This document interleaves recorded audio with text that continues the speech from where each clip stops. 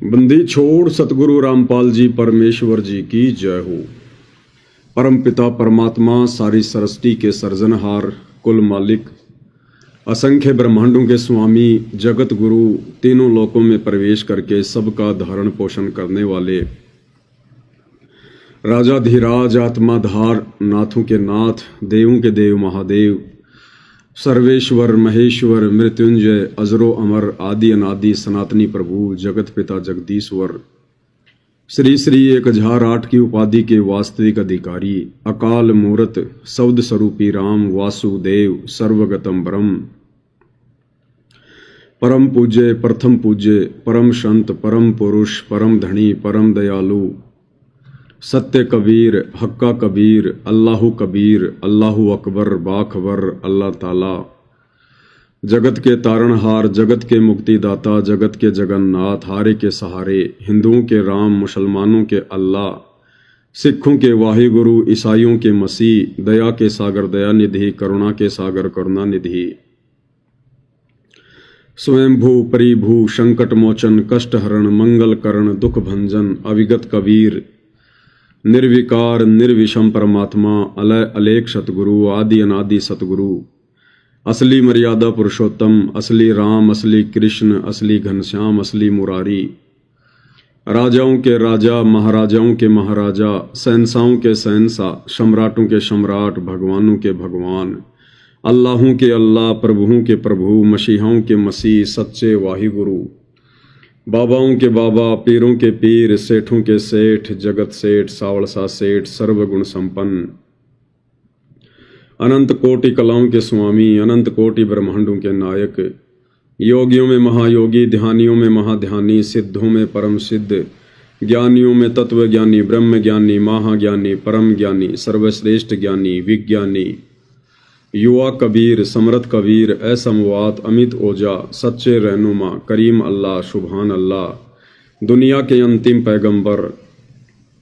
8 सितंबर 1951 से गांव धनाना जिला सोनीपत हरियाणा भारतवर्ष की पावन भूमि पे प्रकट रियल कल की भगवान श्री नारायण साकार हरि श्री बाबा साहिब नूर अनंत परमात्मा सच्चे दरवेश सच्चे बाखबर संत श्रोमणी सतगुरु रामपाल जी परमेश्वर जी के चरण कमल में साध संगति से जुड़े हुए देश विदेश से आप और हम सभी सत्सेवक भाई बहनों का अनंत कोटि दंडवत प्रणाम। सत्साई भाई और बहनों, बहुत बड़ी दया बहुत बड़ी मेहर पूज्य गुरुदेव भगवान की सतगुरु रामपाल जी परमेश्वर जी की, जिनके शुभ आशीर्वाद से विशेष आशीर्वाद से आप और हम सभी सत्सेवक भाई बहन साध संगति से जुड़कर ज्ञान को आधार बनाकर हर प्रकार से संघर्ष करते हुए मर्यादाओं में रहते हुए गुरु वचन में चलते हुए अपनी आत्मा के कल्याण हेतु भक्ति मार्ग पर निरंतर आगे की ओर बढ़ रहे हैं। भाई और बहनों, इस घोर कलयुग में इस कलयुग की बिचली पीढ़ी में पूज्य परमेश्वर रामपाल जी के विशेष आशीर्वाद के बिना इस प्रकार मर्यादाओं में रहकर और इस सतभक्ति मार्ग पर सफलता प्राप्त करते हुए आगे बढ़ना ये असंभव है। भाई और बहनों, असंभव। ये बहुत बड़ी मेहर है गुरुदेव भगवान की। भाई और बहनों, जिस प्रकार से आए दिन कोई न कोई जयंती कोई न कोई दिन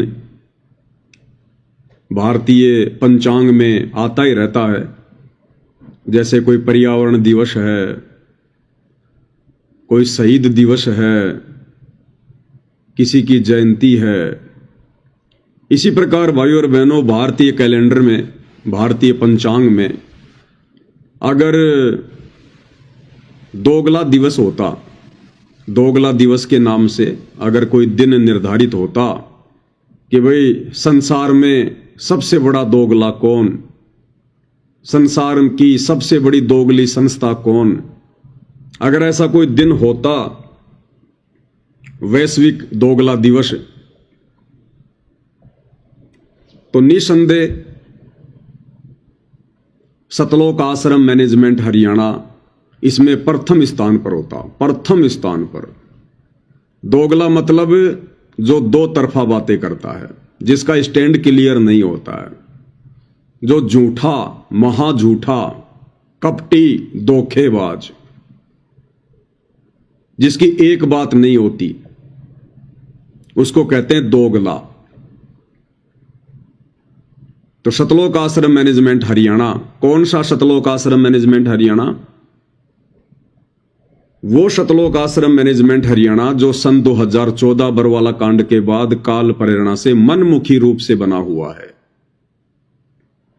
और जगह जगह सतलोक आश्रम खोलकर धर्म को धंधे में तब्दील करके परमेश्वर की प्यारी आत्माओं के साथ में छल कपट कर रहा है, धोखाधड़ी कर रहा है और दोगले दोगले आदेश पारित करके सतगुरु रामपाल जी के नाम की आड़ में संगत को काल की गोद में बैठा रहा है।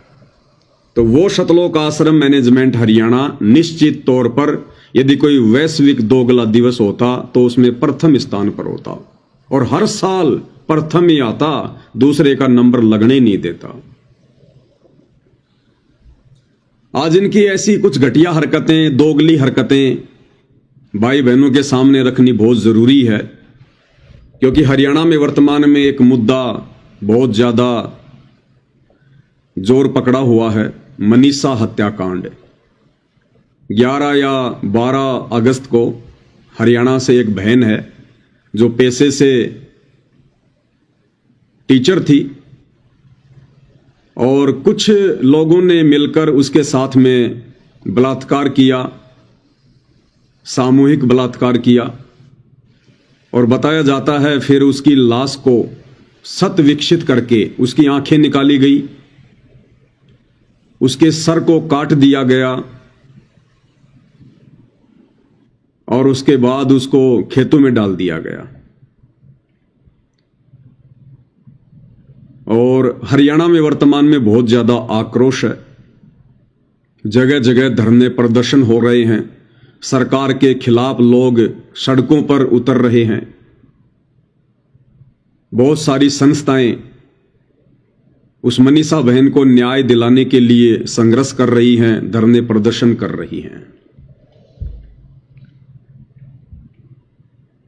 इस मनीषा हत्याकांड को देखकर भाई और बहनों, दास को सतलोक आश्रम मैनेजमेंट हरियाणा के दोगलेपन की याद आ गई, दोगलेपन की याद। आप सभी भाई बहनों को ध्यान होगा 21 दिसंबर 2018 का वो दिन, जिस दिन इसी दोगले सतलोक आश्रम मैनेजमेंट हरियाणा ने एक सौगंध खाई थी, एक शपथ ली थी। 21 दिसंबर 2018 को राजस्थान के अजमेर में राजपूत करणी सेना की एक रैली थी और राजपूत करणी सेना धरना प्रदर्शन इसलिए कर रही थी क्योंकि राजपूत समाज का एक गैंगस्टर आनंदपाल सिंह जो पुलिस एनकाउंटर में मारा गया था, उसको शहीद का दर्जा दिलाने के लिए राजपूत करणी सेना धरना प्रदर्शन कर रही थी राजस्थान के अजमेर में। और उसी समय इस दोगले सतलोक आश्रम मैनेजमेंट हरियाणा ने, सतगुरु रामपाल जी परमेश्वर जी के कलयुगी परिवार ने, इन तमाम कोऑर्डिनेटरों ने यह निर्णय लिया कि समाज में जहां भी कोई अत्याचार होगा, किसी के साथ अन्याय होगा,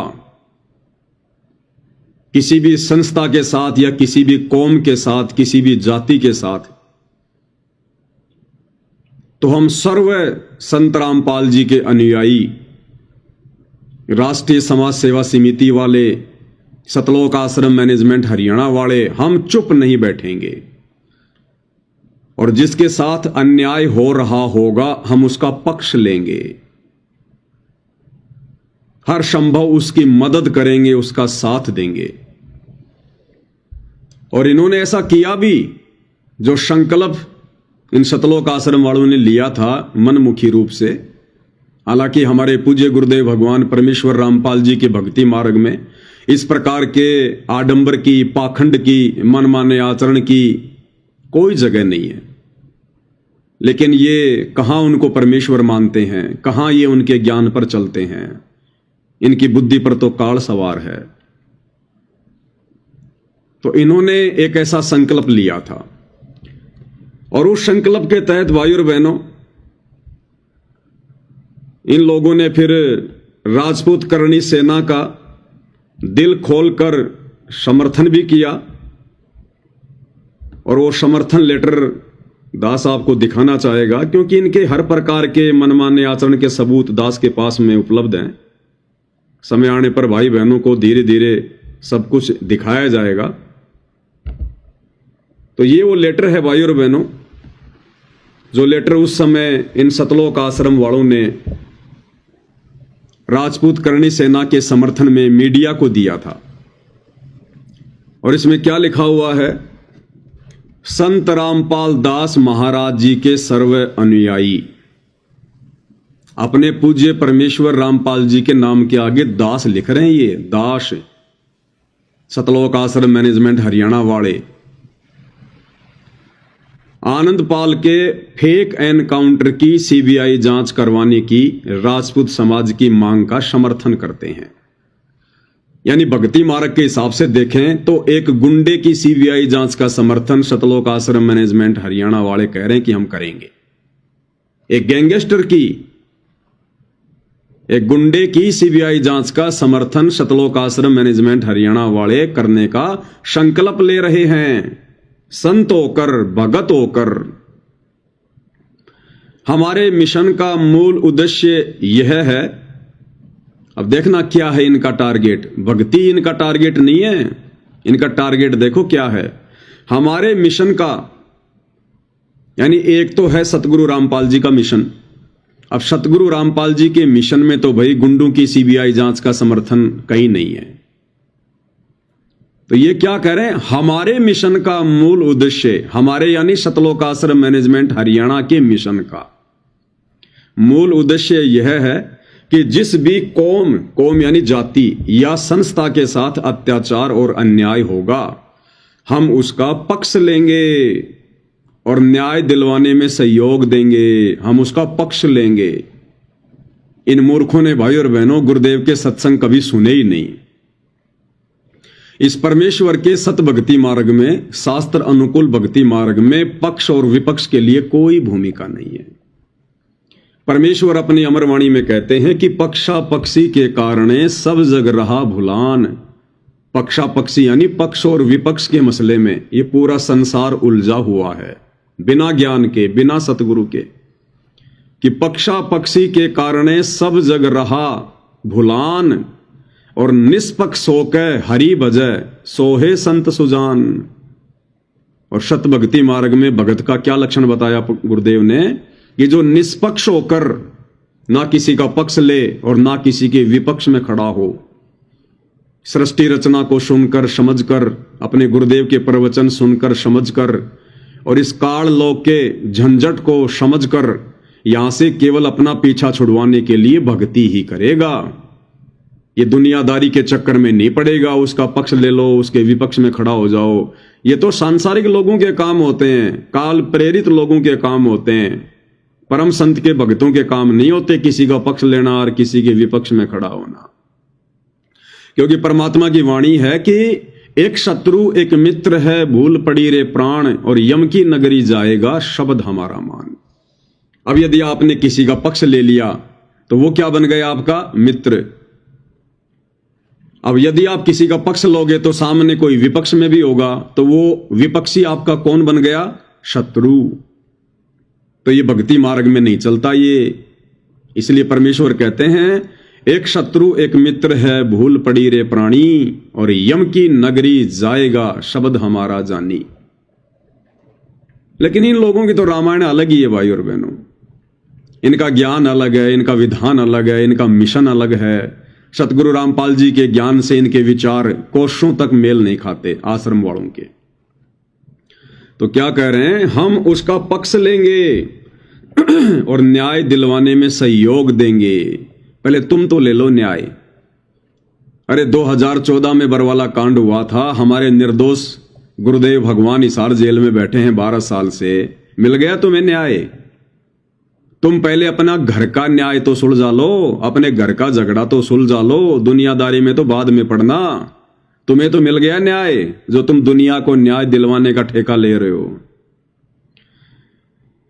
हम अहिंसावादी हैं, ये अहिंसावादी हैं, ये महात्मा गांधी के वंशज हैं। ये आए दिन भक्तों को लट्ठों से मारते हैं, लात घूंसों से मारते हैं, भक्तों के घरों में घुस घुस के मारते हैं ये सतलोक आश्रम मैनेजमेंट हरियाणा वाले गुंडे, और कहते हम अहिंसावादी हैं।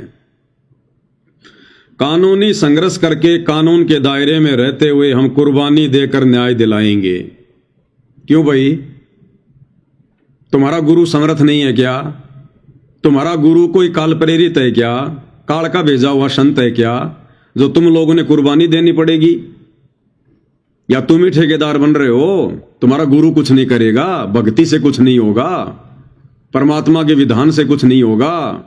कह रहे हम ही हर प्रकार से कानूनी दायरे में रहते हुए कुर्बानी देकर न्याय दिलवाएंगे।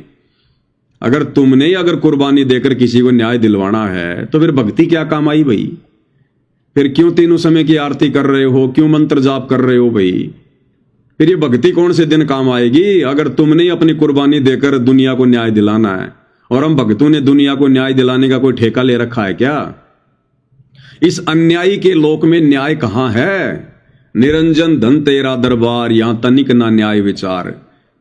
अरे मूर्खो, कभी सत्संग सुन लिया करो, घंटा आधा घंटा बैठ के शांति से, या पूरा जीवन अपना इसी गंदी राजनीति में समाप्त करोगे? अगर गुरुदेव के सत्संगों पर जरा भी विचार करते तो तुम इस प्रकार का समर्थन कदाचित ना करते, शौपन में भी ना करते। और तुम्हारी ये भाषा ये मूर्खों की भाषा है, ये भगतों की भाषा नहीं है। बड़े दुख की बात है कि कानून के रखवाले कानून का उल्लंघन करते हैं। कानून के रखवाले कौन? ये पुलिस प्रशासन। तो पुलिस प्रशासन को क्या कह रहे हैं? बड़े दुख की बात है कि कानून के रखवाले कानून का उल्लंघन करते हैं। मान लेते हैं कि आनंदपाल ने हत्याएं की थी, यानी आनंदपाल ने जो हत्याएं की थी उसको तो ये लोग हल्के में ले रहे हैं। और क्या कह रहे हैं कि मान लेते हैं कि आनंदपाल ने हत्याएं की थी, जिस कारण से वे अपराधी माने गए थे। जिन्होंने आनंदपाल को गिरफ्तार करके फिर उसकी हत्या की तो वे क्या हैं? महाअपराधी। कहते मान लेते हैं कि आनंदपाल ने लोगों को मारा, हत्याएं की, लेकिन जिन लोगों ने आनंदपाल सिंह को पकड़ के, यानी उन पुलिस वालों ने आनंदपाल सिंह को पकड़ के और जो उसका एनकाउंटर किया, कहते हैं वो पुलिस वाले महाअपराधी हैं, महाअपराधी। अब ये ज्ञान कहां से ले आए भाई और बहनों ये लोग? बताओ। उन पुलिस वालों को तो कह रहे हैं जिन्होंने एक गुंडे की हत्या की, उसको तो कह रहे हैं महाअपराधी हैं ये पुलिस प्रशासन, जिन्होंने एक गैंगस्टर का एनकाउंटर किया। इसका मतलब भाई और बहनों फिर ये भारतीय सेना के जवान जो बॉर्डर पर जो इन आतंकवादियों को मारते हैं वो भी महाअपराधी हो गए।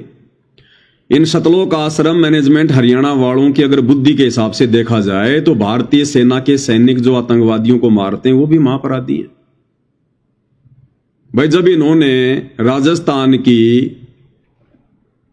पुलिस को महाअपराधी साबित कर दिया, क्योंकि राजस्थान की जो पुलिस थी उसने गैंगस्टर आनंदपाल सिंह को पकड़ के उसका एनकाउंटर कर दिया, तो ये सतलोक आश्रम मैनेजमेंट हरियाणा वाले कह रहे हैं कि वो पुलिस वाले तो महाअपराधी हैं, महाअपराधी।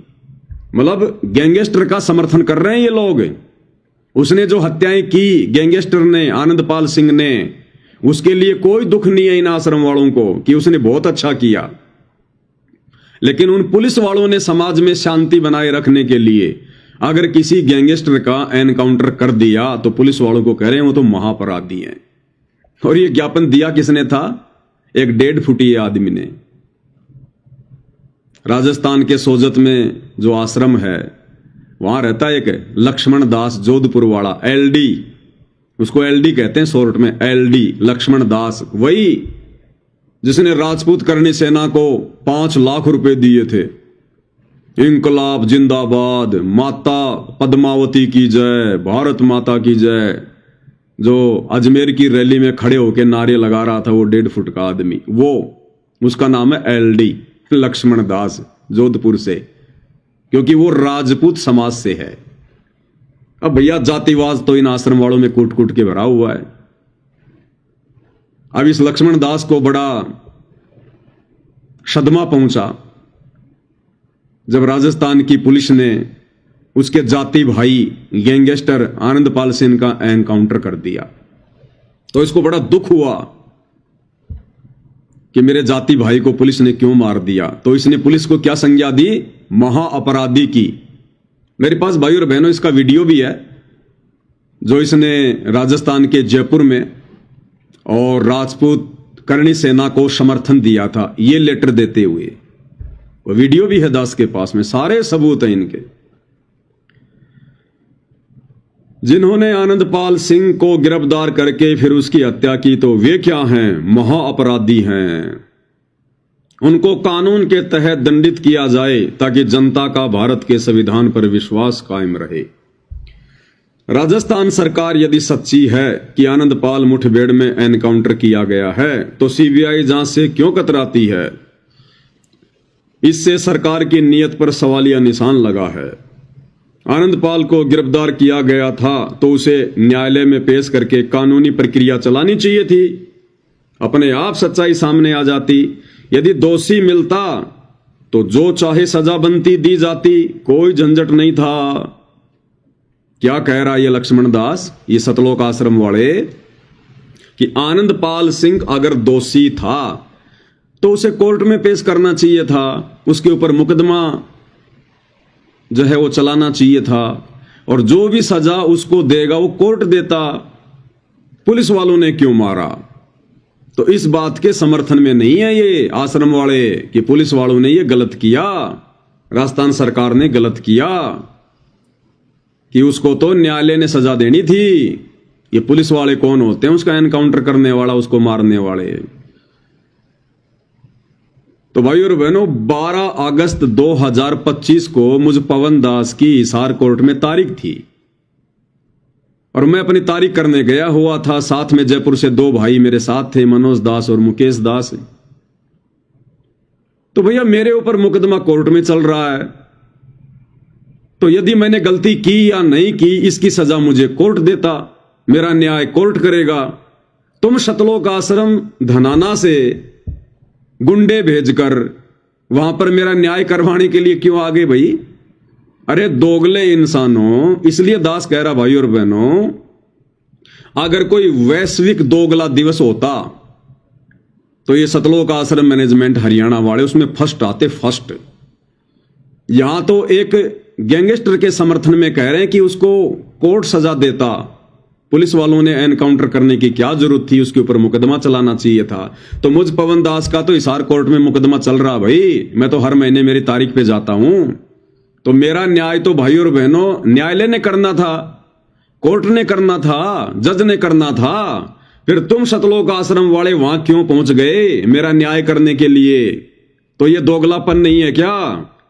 वो वीडियो दिखाते हैं भाई और बहनों आपको। ये वीडियो है भाई और बहनों, ये 12 अगस्त, ये जो घटना है ये 12 अगस्त 2025 की है। हिसार कोर्ट के बाहर इंडियन पेट्रोल पंप की है। इंडियन पेट्रोल पंप जिसका नाम है नेशनल फिलिंग स्टेशन। और ये 2 भाई जो आपको दिखाई दे रहे हैं ये जयपुर से हैं और इनके पीछे से अब ये गाड़ी आएगी। उस गाड़ी में मुझ पवन दास को वो पुलिस वाला लेकर जा रहा है। अब ये गाड़ी आएगी इधर से, उस गाड़ी में मुझ पवन दास को जो है पुलिस वाला लेकर जा रहा है। और ये दोनों भाई वहां पे खड़े हो गए। ये जा रही वो गाड़ी, इस गाड़ी में मैं पवन दास उस पुलिस वाले के साथ में, और ये दोनों भाई यहां पर हैं और ये फिर आगे जा रहे हैं। और पीछे से ये जो नीली नीली जो टी शर्ट में है जिसने मनोज दास को अभी पकड़ा है, और जो लाल टी शर्ट में है जो पीछे जा रहा है, ये सारे के सारे व्यक्ति सतलोक आश्रम जो है धनाना से, ये बदमाश व्यक्ति, गुंडे व्यक्ति, ये सतलोक आश्रम धनाना से भेजे गए थे। मुझ पवन दास की उस दिन इनकी मर्डर की पूरी प्लानिंग थी कि पवन दास को जान से खत्म किया जाए, उसको समाप्त किया जाए। लेकिन परमेश्वर की दया रही मेरे लिए, तो परमात्मा ने उस पुलिस वाले को भेज दिया। वो मुझे अपनी गाड़ी में बैठा कर ले गया और ये दो भाई जो मेरे साथ थे जयपुर से, मुकेश दास और ये मनोज दास, ये दोनों बेचारे वापस कोर्ट में जा रहे थे, क्योंकि मुझे भी वापस कोर्ट में आना था मेरी तारीख करने के लिए। लेकिन इन दोनों को देखो यहां पर पेट्रोल पंप पर किस प्रकार से, ये बसंत सैनी जो ये नीली जो टी शर्ट में है, बसंत सैनी, और कम से कम ये 10-12 लोग लेकर आया था, 2 गाड़ियां भर के लाया था, साथ में हथियार भी थे। लेकिन इसने देखा कि हथियार निकाल के क्या करेंगे, जिसके लिए हथियार लाए थे वो तो गया उस पुलिस वाले के साथ में, वो पवन दास तो, और ये 2 भगत बेचारे वहां रह गए थे पीछे। इन दोनों भगतों को इन्होंने जानवरों की तरह मारा, जानवरों की तरह। आपने ये वीडियो देखा है, 12 अगस्त 2025 की यह घटना है। तो ये महादोगले इंसान है भाई और बहनों, महादोगले इंसान। क्या कह रहे हैं ये जो लेटर आनंदपाल सिंह की सीबीआई जांच के समर्थन में सतलोक आश्रम वालों ने सौंपा था जयपुर में, कह रहे हैं यदि वो आनंदपाल सिंह दोषी था, उसने हत्याएं की थी, तो उसका न्याय अदालत में होना चाहिए था। पुलिस वालों ने उसका एनकाउंटर क्यों किया?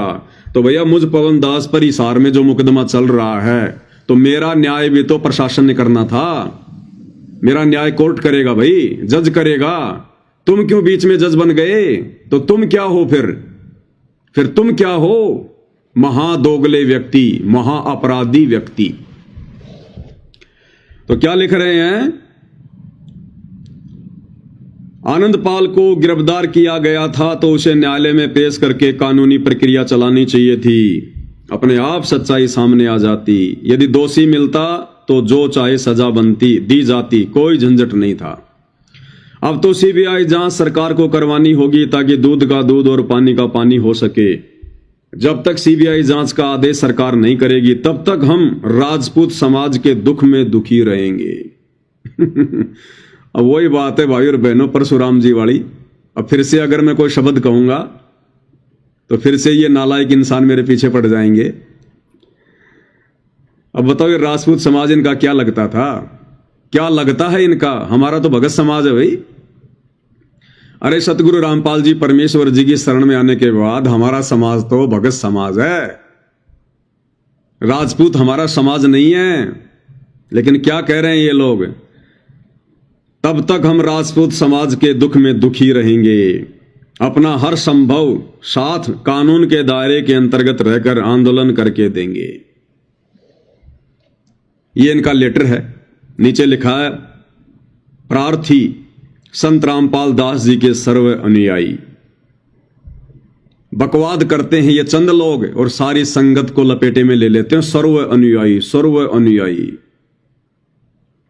तो ये इनका समर्थन पत्र था राजपूत समाज को, एक गुंडे की सीबीआई जांच के समर्थन में। ये काहे के भगत हैं भाई और बहनों?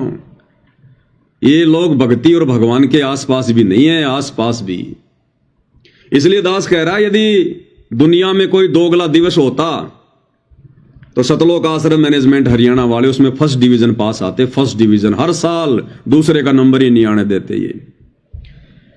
तो ये हरियाणा में वर्तमान में जो एक आंदोलन जोर शोर से चला हुआ है, सोशल मीडिया पर तेजी से वायरल है।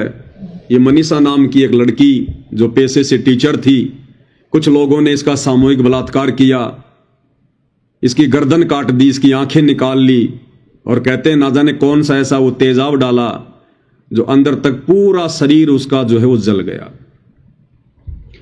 अब सतलोक आश्रम मैनेजमेंट हरियाणा वालों से मेरी प्रार्थना है कि भाई राजस्थान का एक गैंगस्टर, राजस्थान में राजस्थान का गैंगस्टर, अरे उसकी सीबीआई जांच करवाने के लिए तुम हरियाणा से राजस्थान में चले गए,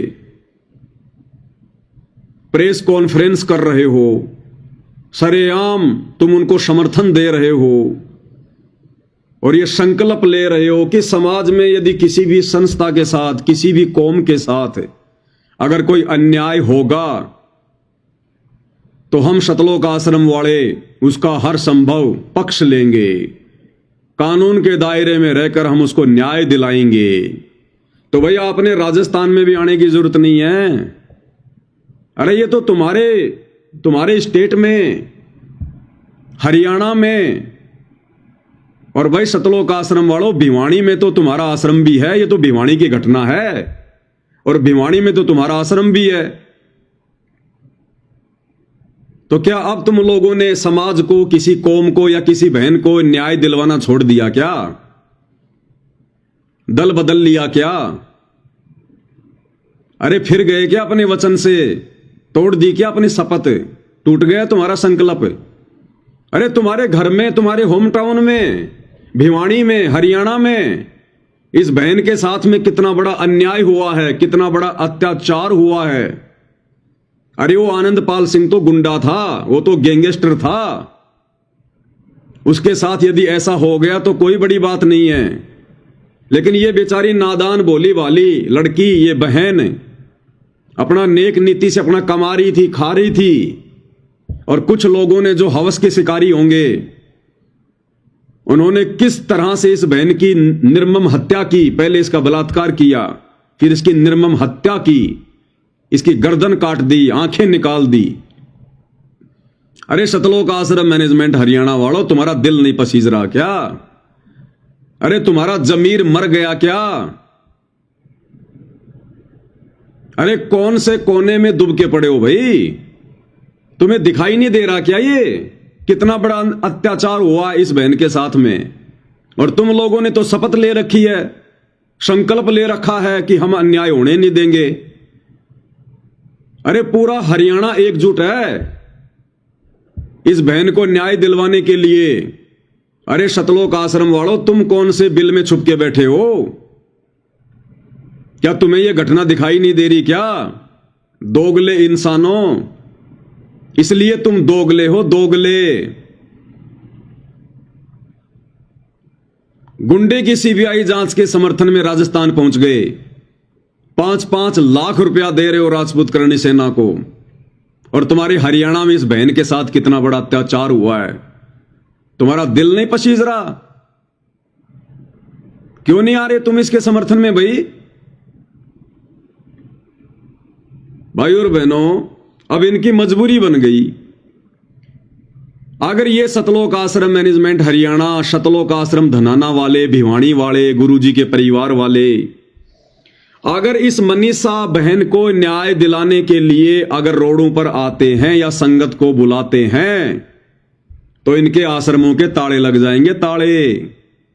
ये बड़े स्वार्थी जीव हैं, मौका परस्त इंसान है ये आश्रम वाले। इन्हें पता है कि पूरा का पूरा हरियाणा इस बहन को न्याय दिलाने के लिए हरियाणा सरकार के विपक्ष में है, क्योंकि अभी तक वो हत्यारे पकड़े नहीं गए, वो बलात्कारी पकड़े नहीं गए, अभी तक इस बहन को न्याय नहीं मिला।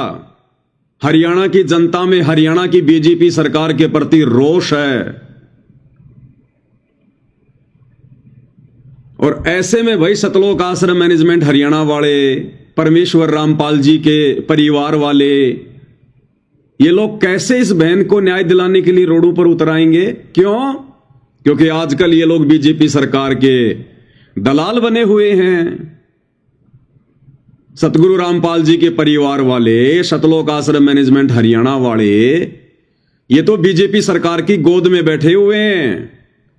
जहां भी हरियाणा के मुख्यमंत्री की रैली होती है वहां भीड़ जुटाते हैं, भक्तों को ले जाते हैं, मुख्यमंत्री की रैली को सफल बनाते हैं, क्योंकि मुख्यमंत्री जी के आशीर्वाद से, मुख्यमंत्री जी के रहमो करम से इनके आश्रम चल रहे हैं, इनका धार्मिक धंधा चल रहा है। और ऐसे में यदि ये लोग इस बहन के समर्थन में आ गए तो सीधा सीधा हरियाणा सरकार के विपक्ष में माना जाएगा। और यदि हरियाणा सरकार को इस बात का पता चल गया कि बाबा रामपाल के परिवार वाले, सतलोक आश्रम मैनेजमेंट हरियाणा वाले ऐसे ऐसे रोडों पर उतर आए हैं, तो भाई इनके आश्रमों के ताले नहीं लग जाएंगे क्या? इनका धार्मिक धंधा चौपट नहीं हो जाएगा क्या? क्योंकि इनके आश्रम सतगुरु रामपाल जी के आशीर्वाद से नहीं बल्कि हरियाणा सरकार के आशीर्वाद से चल रहे हैं। इसलिए ये लोग अब अपने दोगलेपन पे आ गए, दोगलेपन पे। अब इनको दिखाई नहीं दे रहा कि समाज में कहां न्याय हो रहा है, कहां अन्याय हो रहा है। ये मौका परस्त इंसान है, मौका परस्त। अरे हरियाणा में जाट आंदोलन था, और जिस समय हरियाणा में जाट आंदोलन था, ये सतलोक आश्रम वाले बीजेपी सरकार के खिलाफ थे और कांग्रेस सरकार के पक्ष में थे, क्योंकि 2019 में सतलोक आश्रम मैनेजमेंट हरियाणा ने, पूज्य परमेश्वर रामपाल जी के कलयुगी परिवार ने हरियाणा की कांग्रेस सरकार को खुल्लम खुल्ला समर्थन दिया था, खुल्लम खुल्ला। तो जाट आंदोलन के समय ये आश्रम वाले बीजेपी सरकार के विरोध में थे, इसलिए इन्होंने झट से बीजेपी सरकार के विरोध में हरियाणा के जाट आरक्षण को समर्थन दे दिया। लेकिन आज ये लोग बीजेपी सरकार के समर्थन में हैं, बीजेपी सरकार की गोद में बैठे हैं, और अब यदि इन्होंने बीजेपी सरकार की खिलाफत की या जरा भी बीजेपी सरकार से न्याय की मांग की, तो भैया राजनेता किसी के नहीं होते। 2 मिनट में इनके आश्रमों पर ताला लगवा देंगे, 2 मिनट में। तो ये लोग डरे हुए हैं, सहमे हुए हैं, भयभीत हैं, हमारा तो धंधा चौपट हो जाएगा, धंधा। तो अब ये अपने दोगलेपन पे आ गए, दोगलेपन पर। अब इन्हें इस मनीषा बहन का दर्द दिखाई नहीं दे रहा, इन्हें ये अत्याचार दिखाई नहीं दे रहा। ये है इनकी दोगली नीति भाई और बहनों, दोगली नीति।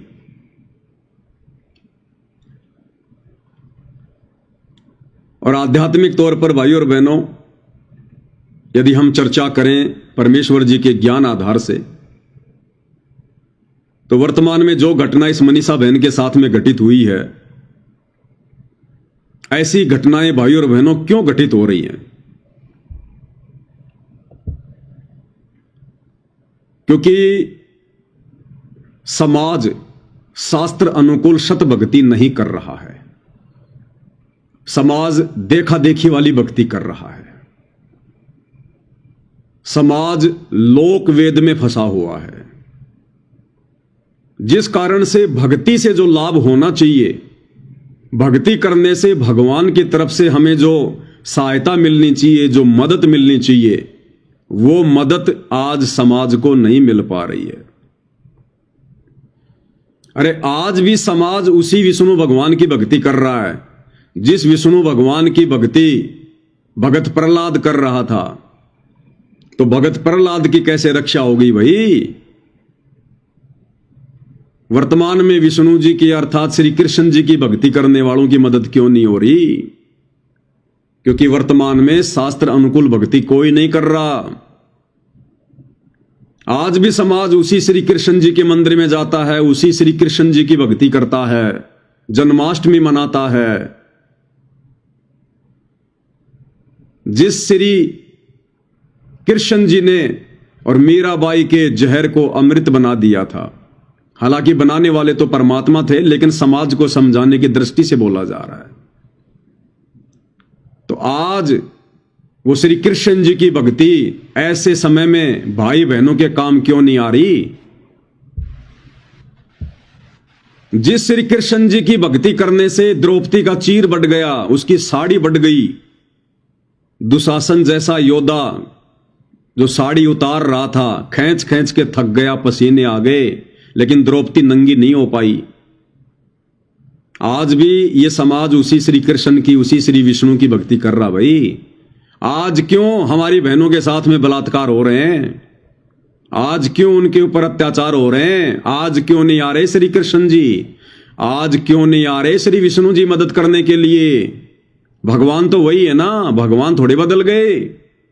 लेकिन भाई और बहनों, आप और हमारा भक्ति करने का ढंग बदल गया, हमारा तरीका बदल गया, इसलिए समाज दुखी है, परेशान है। अगर ये मनीषा बहन शास्त्र अनुकूल भक्ति करती, साधना करती, यदि इसका परिवार भक्ति करता, और वर्तमान में पूरे विश्व में शास्त्र अनुकूल शत भक्ति के दाता केवल परमेश्वर रामपाल जी हैं, और संसार में कोई गुरु कहलाने का अधिकारी नहीं है, कोई उपदेश देने का अधिकारी नहीं है, किसी के पास में सतज्ञान नहीं है, चाहे कितने बड़े बाबा बन के बैठे हैं। इस देश के चारों शंकराचार्यों को भी भक्ति मार्ग का कै ख गै भी ज्ञान नहीं है, कै ख गै भी। बाकी ये छोटे मोटे बाबा प्रेमानंद, धीरेन्द्र शास्त्री, अनुरुद्धाचार्य, रितेश्वर महाराज, ये मंडलेश्वर, इनकी तो फिर बिसात ही क्या है, औकात ही क्या है भाई और बहनों।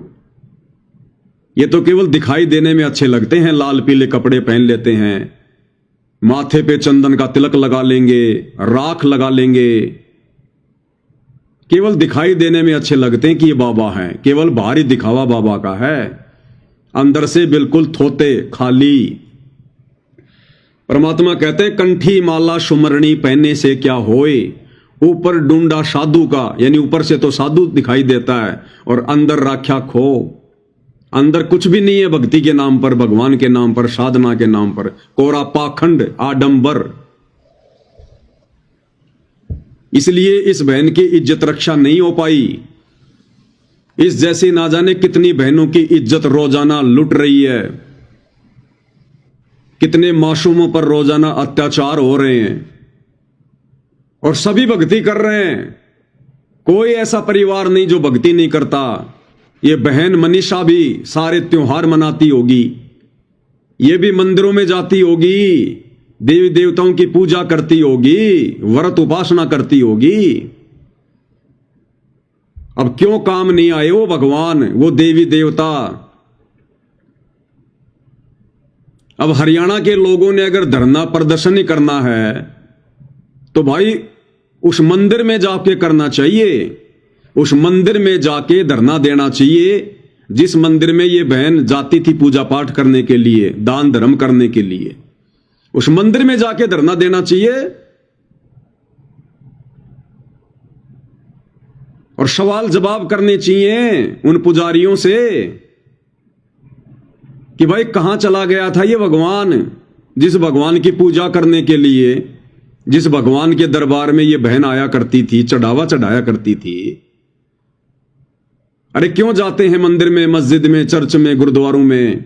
क्यों भक्ति करते हैं? इसीलिए तो करते हैं ना कि भगवान आने वाले समय में हमारे परिवार पर, हमारे बच्चों पर कोई संकट आए तो आप उसको टाल दीजिएगा। हे परमेश्वर, हम आपके मंदिर में आ रहे हैं, हम आपको भोग लगा रहे हैं, हम यहां पर दान दक्षिणा कर रहे हैं, हम धर्म कर रहे हैं, ताकि हमारे ऊपर कोई संकट आए तो आप उसे पहले ही नष्ट कर दो। हमारी रक्षा करना प्रभु, संकट के समय हमारे बच्चों की रक्षा करना।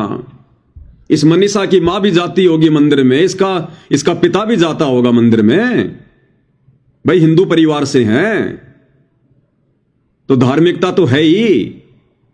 तीर्थ व्रत उपवास, मंदिर में जाना, ये तो सब करते होंगे। तो उस मंदिर में जाके धरना दो कि कहां मर गया भगवान, कहां चला गया था भगवान, नींद में सो रहा था क्या वो भगवान जिसकी ये पूजा किया करती थी?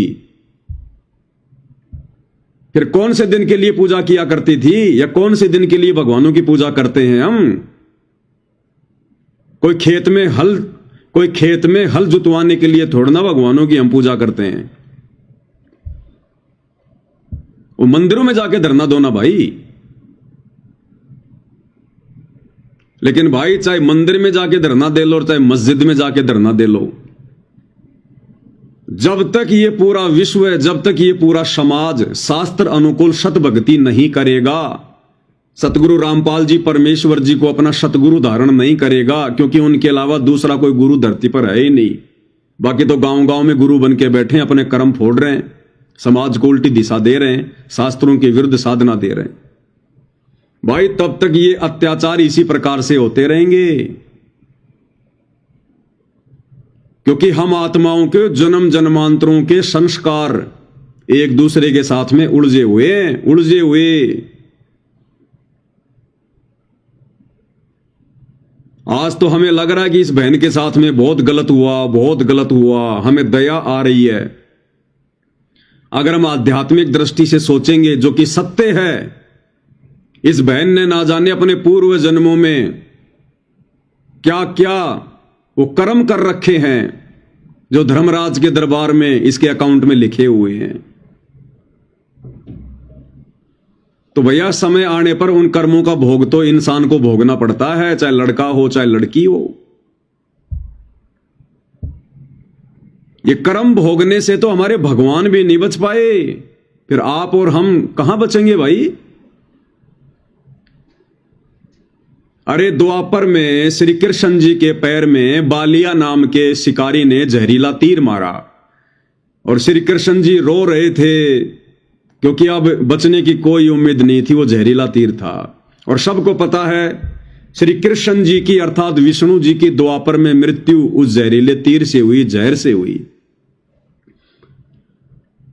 और जब तीर लगा धोखे से तो वो बालिया नाम का शिकारी दौड़ते दौड़ते आया और उसको भगवान पे बड़ी दया आई। हे भगवान, मैंने ये क्या कर दिया? मेरे से धोखे से तीर चल गया। मेरा मकसद कोई आपको मारने का नहीं था, मुझे माफ करना। तो क्या कहा था श्री कृष्ण जी ने कि बालिया, ये तेरा दोष नहीं है भाई, तूने अपना हिसाब किताब पूरा कर लिया। तूने अपना हिसाब किताब पूरा कर लिया। तो बालिया ने कहा कि भगवान, मेरा और आपका क्या हिसाब किताब? मैं एक भिखारी आदमी और आप द्वारिकाधीश। तब श्री कृष्ण जी ने कहा कि भाई, त्रेता युग में मैं राजा दशरथ का बेटा रामचंद्र बन के आया था और तू उस समय सुग्रीव का भाई था बाली। और भाई, मैंने भी उस समय तेरे को पेड़ की ओट लेकर धोखे से तीर मारा था और मरते मरते तूने कहा था कि भाई मैंने तेरा क्या बिगाड़ दिया? हम दोनों भाइयों का आपस का झगड़ा था, तूने बीच में आकर मुझे तीर क्यों मारा धोखे से? इसका बदला कब देगा? क्योंकि बदला कहीं न जात है तीन लोग के मां, और सतगुरु मिले कबीर से तो सारे झंझट मिट जा। तो जब बाली ने पूछा कि भैया इसका बदला मुझे कब दोगे, तब श्री रामचंद्र जी ने कहा था कि द्वापर युग में मैं श्री कृष्ण के रूप में आऊंगा और उस समय तू भाई अपना बदला लेगा। तो हमारे तीन लोक के भगवान ये भी अपने जो कर्म है वो नहीं काट सकते, इनको भी अपने पूर्व जन्मों में की गई उन गलतियों की सजा भोगनी पड़ती है। तो इसी प्रकार ये जो बहन मनीषा है, इसका ये पहला जन्म थोड़ी है। हम सभी आत्माएं सतलोक से अपने बाप से बिछुड़ के आई हैं और जब से हम सतलोक से आए हैं हमारे अनंत जन्म हो चुके हैं, अनंत गिनती नहीं है। और ना जाने ऐसे ही किसी जन्म में इस बहन ने भी ना जाने कितने निर्दोषों को मारा होगा, कितनों का बलात्कार किया होगा जब इसको पुरुष का जन्म प्राप्त था। तो भाई ये जो आध्यात्मिक है ना, दुनिया अभी से दूर बैठी हुई है और बिना अध्यात्म के लोग इसी प्रकार से दुख में दुखी हो रहे हैं, सुख में सुखी हो रहे हैं। अगले पल ना जाने क्या घटना घटित हो जाए, कोई भरोसा नहीं है। तो यहां कोई भी प्राणी है वो अपने कर्मों का भोग भोग रहा है, अपने कर्मों का। अरे कम से कम रामायण पढ़ के तो शिक्षा ले लो, श्री रामचंद्र जी की जीवनी को पढ़ के तो शिक्षा ले लो, श्री कृष्ण जी की जीवनी को पढ़कर तो शिक्षा ले लो भाई और बहनों। और ये घटनाएं भाई और बहनों आने वाले समय में तेजी से ये बढ़ेंगी, तेजी से। और ये नहीं रुक सकती ये घटनाएं, ना पुलिस प्रशासन से रुक सकती। अगर रुकनी होती तो रुक जाती। पुलिस प्रशासन बहुत ज्यादा सख्ताई करता है, उनकी मार पिटाई भी करता है जो लोग इस प्रकार के घटिया कर्म करने के बाद में पकड़े जाते हैं। लेकिन फिर से ऐसी घटनाएं घटित हो जाती हैं क्योंकि भैया सब कुछ मन करवा रहा है। मन यानी ये काल करवाता सब कुछ। ऐसे घटिया कार्यों को अंजाम देते समय ये मन नहीं डरता, ये जीव नहीं डरता, क्योंकि उस समय बुद्धि पर काल सवार होता है। हमारे एक दूसरे के संस्कार आपस में उलझे पड़े। एक लेवा एक देवा दोतम, कोई किसी का पिता नहीं पुतम। ऋण संबंध जुड़े सब नाता, अंत समय सब बारा बाटा। यहां हर प्राणी अपने कर्म भोगता, अपने कर्म। और ये समाज, ये दुनिया अध्यात्म से अपरिचित है, शास्त्रों से अपरिचित है। और ये जगह जगह जो नकली पाखंडी धर्मगुरु बैठे हुए हैं अपनी रोजी रोटी के लिए, अपने धंधे के लिए, इन्हें खुद नहीं पता इन शास्त्रों का, शास्त्रों के निष्कर्ष का, ज्ञान का। समाज को क्या खाक बताएंगे, जिस कारण से ये समाज बेचारा शास्त्रों के विरुद्ध भक्ति कर रहा है।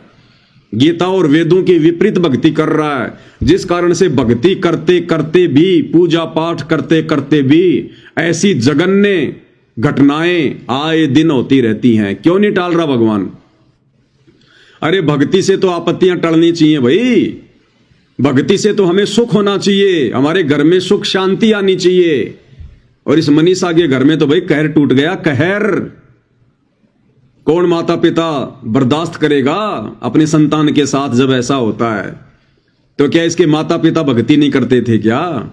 मंदिर में नहीं जाते थे क्या? व्रत नहीं करते थे क्या? 11-12 अमावस्या नहीं मनाते थे क्या? बाबा श्याम जी के नहीं गए क्या कभी? मेहंदीपुर के बालाजी के नहीं गए क्या कभी? सारी पूजा पाठ करते हैं, उसके बावजूद भी उनमें से एक भी देवी देवता ने आकर इस परिवार की मदद नहीं की, इस परिवार की रक्षा नहीं की। अन्यथा भगवान तो आपत्तियां टालता है। अरे भगवान नाम है सुख का, जो सुख दे दुख ना दे उसको कहते भगवान, परमात्मा। लेकिन वर्तमान में समाज सतगुरु रामपाल जी परमेश्वर जी के सत्संग ना सुन पाने के कारण, उनके द्वारा समाज को दी जा रही शास्त्र अनुकूल साधना ना करने के कारण शास्त्र विरुद्ध साधना पर लगा हुआ है।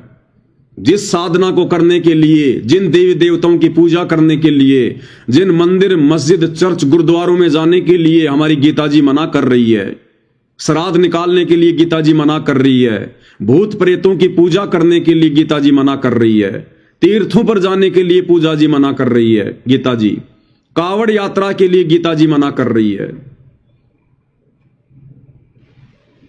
और समाज वही सब कुछ कर रहा है। तो भैया भगवान से मिलने वाली मदद नहीं मिलेगी। और ये युग परिवर्तन का समय भाई, युग परिवर्तन का 2028 निश्चित है। और युग परिवर्तन में ये घटनाएं आगामी दिनों में तेजी से घटेंगी, तेजी से। क्योंकि युग परिवर्तन का मतलब है अपने किए गए उन कर्मों का भोग प्रत्येक प्राणी ने भोगना पड़ेगा, जो अभी तक वो नहीं भोग पाए। तो ये घटनाएं तो भाई आने वाले दिनों में तेजी से घटेंगी।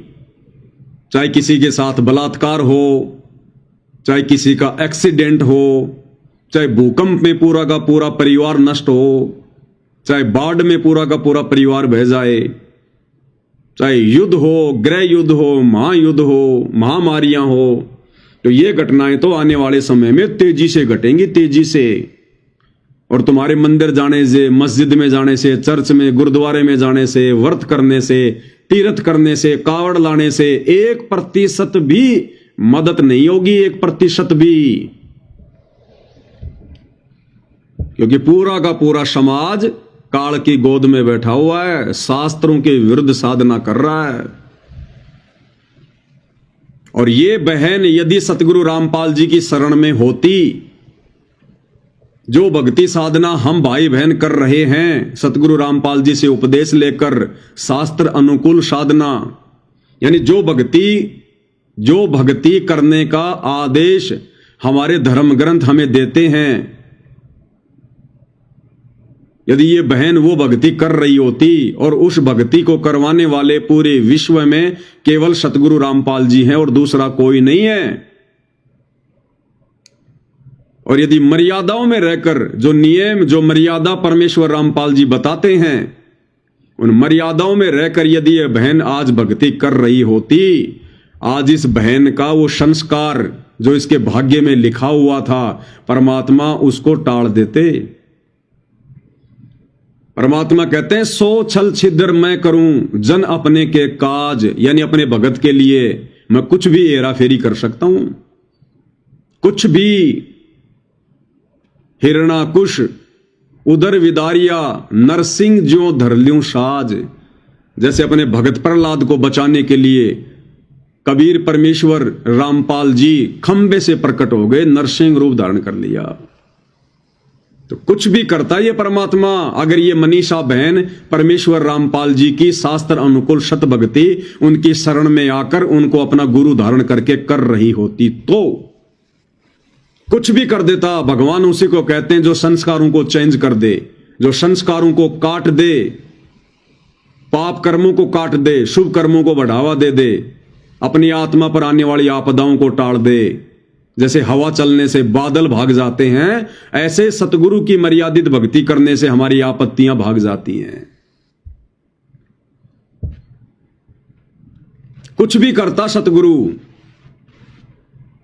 क्या पता उस दिन इस घटना को टालने के लिए सतगुरु इस बहन में प्रेरणा कर देता, ये उस दिन स्कूल ही नहीं जाती। क्या पता परमेश्वर उन लड़कों के अंदर कोई प्रेरणा कर देता जिन्होंने बलात्कार किया है, उनमें परमात्मा को दया भर देता। परमेश्वर उनकी बुद्धि चेंज कर देते, उनकी सोच को चेंज कर देते। क्या पता जिस समय यह घटना घटित होनी थी उस समय मनीषा का कोई रिश्तेदार कोई गाड़ी लेके आ रहा होता, परमात्मा भेज देता और बोलते चलो भाई अच्छा हुआ तुम रास्ते में मिल गई, चलो अपने घर पर। परमात्मा 100 कारण बना देता, 100 कारण। लेकिन ये देवी देवताओं की आधी अधूरी भक्ति से, इन गांव गांव नगर नगर में बैठे इन नकली बाबाओं की संगति से, इनकी शरण से, इनकी भक्ति से कोई लाभ किसी प्रकार का नहीं हो सकता। कोई भी हमारे पूर्व जन्मों का संस्कार नहीं कट सकता। जैसा भाग्य में लिखा है वो भोगना ही पड़ेगा। और जब हम सतगुरु की शरण में आ जाते हैं फिर परमात्मा कहते हैं, फिर परमेश्वर की वाणी है कि माशा घटे ना तिल बदे, विधाता लिखे जो लेख। विधाता यानी सतगुरु की शरण में जो व्यक्ति नहीं होता है और जब उसको मनुष्य शरीर प्राप्त होता है तो उसका एक भाग्य बना के धर्मराज के द्वारा भेजा जाता है। जैसे हम कहते हैं ना कि भाई मेरी किस्मत में क्या लिखा है, मां के पेट में मेरी किस्मत लिखी गई, उसको कहते हैं भाग्य। तो वो लिखा जा चुका होता है, इसके साथ क्या होगा क्या नहीं होगा, क्या अच्छा होगा क्या बुरा होगा, वो सबकी किस्मत में लिखा होता है। तो कहते हैं जब तक हमारे को पूर्ण सतगुरु नहीं मिलता, उसकी शास्त्र अनुकूल साधना नहीं मिलती है, उस समय तक वही हमारे साथ में होगा जो हमारे भाग्य में लिखा हुआ है। उसमें माशा घटे यानी जरा सा भी उसमें रति भर भी घट नहीं सकता। माशा घटे ना तिल बदे, तिल यानी तिल का दाना जो आता है, तिल जिसका तेल निकाला जाता है, तिल। कहते हैं इतना भी संस्कार आपका ना घट सकता ना बढ़ाया जा सकता। चाहे आप कितनी देवी देवताओं की पूजा कर लो, कितने मंदिर में जाओ, कितने कावड़ लेके आओ, जब तक आप सच्चे सतगुरु की शरण में नहीं आओगे, आपके भाग्य में जो लिखा है उसमें मासा घटे ना तिल बदे, विधाता लिखे जो लेख। लेकिन साचा सतगुरु मेट कर ऊपर मारे मेख। लेकिन जब हम सच्चे सतगुरु की शरण में आ जाते हैं तो सतगुरु हमारे भाग्य में लिखे हुए उन कुकर्मों को काट देता है, मिटा देता है, और सतगुरु अपनी तरफ से शुभ कर्म उसमें लिख देता है, जोड़ देता है और ऊपर मेख मार देता है, ठप्पा लगा देता, अपनी मोहर लगा देता है। तो भाई और बहनों, जब तक ये समाज सतगुरु रामपाल जी परमेश्वर जी के सत्संग नहीं सुनेगा, उनके प्रवचन नहीं सुनेगा, उनकी संगति नहीं करेगा और शास्त्रों के अनुसार सत भक्ति नहीं करेगा, तब तक भाई ये इसी प्रकार से दुखी रहेगा, मरता रहेगा।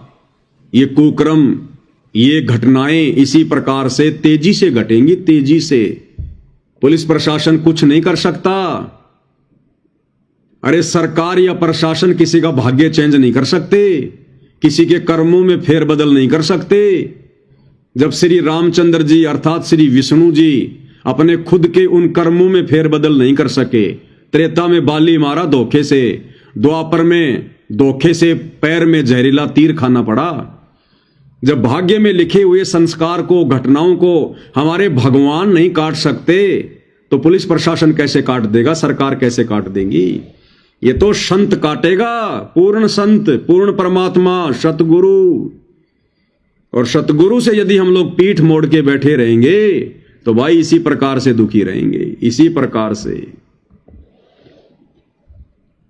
इसलिए सभी भाई बहनों से निवेदन है, प्रार्थना है, अगर आने वाले युग परिवर्तन के समय में जो कि शुरू हो चुका है, 2028 लास्ट है, ये 4 साल पूरे विश्व के बहुत भयंकर तरीके से गुजरेंगे।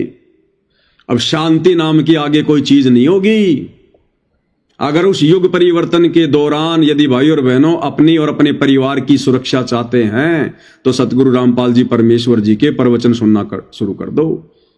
परमेश्वर फिर कुछ भी करेगा, ऐसी घटनाओं को अंजाम नहीं होने देगा। जैसे 12 अगस्त 2025 को मुझ पवन दास की हिसार कोर्ट में पेशी थी, वीडियो अभी आपने देखा, एक बार फिर से आपको दिखाते हैं। ये 12 अगस्त 2025 की घटना है। मुझ पवन दास पर काल प्रेरित सतलोक आश्रम मैनेजमेंट हरियाणा वालों ने परमेश्वर रामपाल जी को मानुष समझकर एक झूठा मुकदमा लगवाया हुआ है। मैं पवन दास और जयपुर से 2 भाई, ये जो आ रहे हैं वीडियो में, मुकेश दास और मनोज दास, हम हिसार की तारीख पर गए हुए थे और सतलोक आश्रम वालों ने मुझे मारने की, मेरा मर्डर करने की उस दिन पूरी प्लानिंग कर रखी थी। ये लोग देखो हो गए इकट्ठा, लेकिन परमेश्वर ने मुझे बचाया। अभी एक जो गाड़ी जाएगी इधर से, ये गई ये वाली गाड़ी, परमेश्वर ने 100 छल छिद्र किया मुझे बचाने के लिए। इन गुंडों से, इन दरिंदों से, इन बदमाशों से, जो भगत के वेश में भेड़िए बनकर घूम रहे हैं, ये सतलोक आश्रम वाले,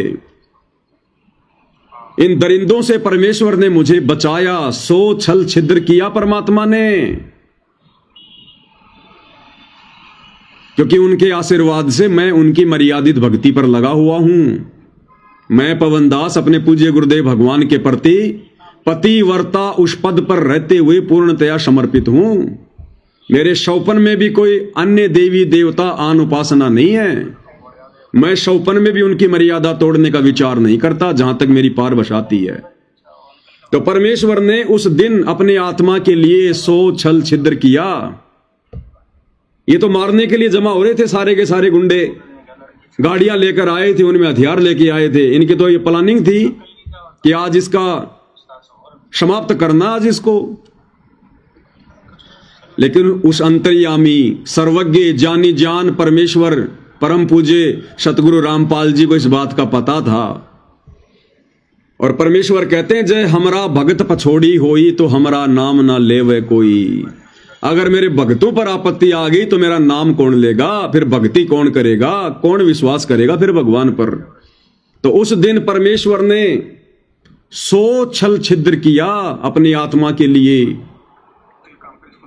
इन दरिंदों से, इन बदमाशों से, सतलोक आश्रम मैनेजमेंट हरियाणा वालों से बचाने के लिए।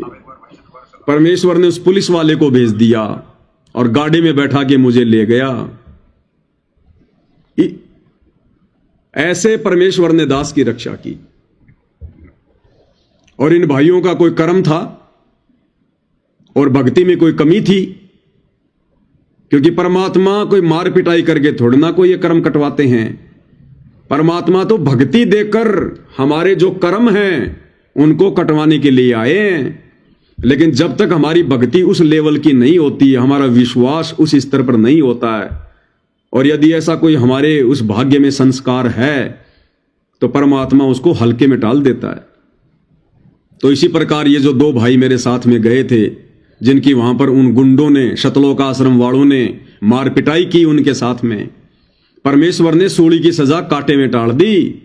सूली की सजा कांटे में, अन्यथा वो तो जानवरों की तरह अंधे होके लात घूसे बरसा रहे थे और ना जाने कहां क्या चोट लग जाए, उसी समय आदमी ढेर हो जाए।